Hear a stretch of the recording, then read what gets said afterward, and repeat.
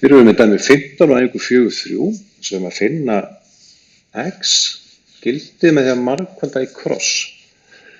Og þegar dæmin eru uppsett svona, þannig að við sjáum að það eru 3 liðir þannig sé hérna, svona, þá er alveg kjörið að einfalda þetta aðeins, að taka þessa hérna stærð sem er í mínus og færa hann yfir og þá verður hún plússtærð. Við skulum prófa það allavega til að byrja með.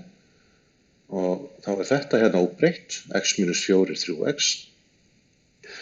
En færslan sem ég er að tala verður þá svona. Hún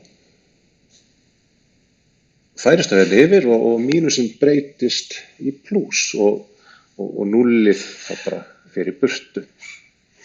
Og þegar dæmið lítur svona út, þá virðist kannski vera auðveldara að margfalda í kross. Við myndum bara gera svona og svona. Gera það bara eins og við höfum verið að gera áður. Þannig að gerum það.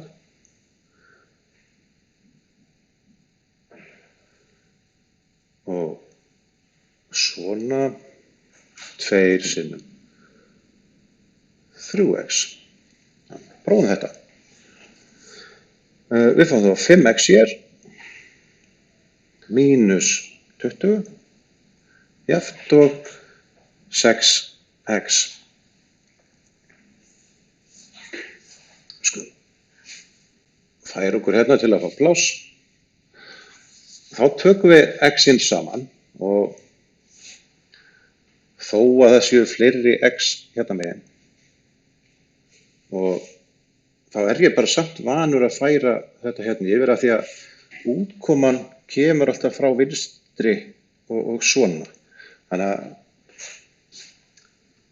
ég ætla ekki að rugla ykkur en maður langar aðeins útskýra þetta. Þannig að ég er þá með 5x þarna vinstra megin. Þessi færast yfir og verður þá mínus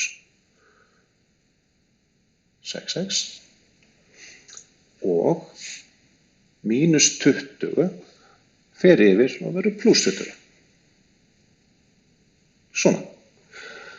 Einföldun, þá fæ ég að mínus x er jafnt og 20. Svona. En við viljum ekki hafa þetta svona uppsett, við viljum sem þetta hafa að þetta sé x er jafnt og eitthvað, ekki mínus x er jafnt og eitthvað.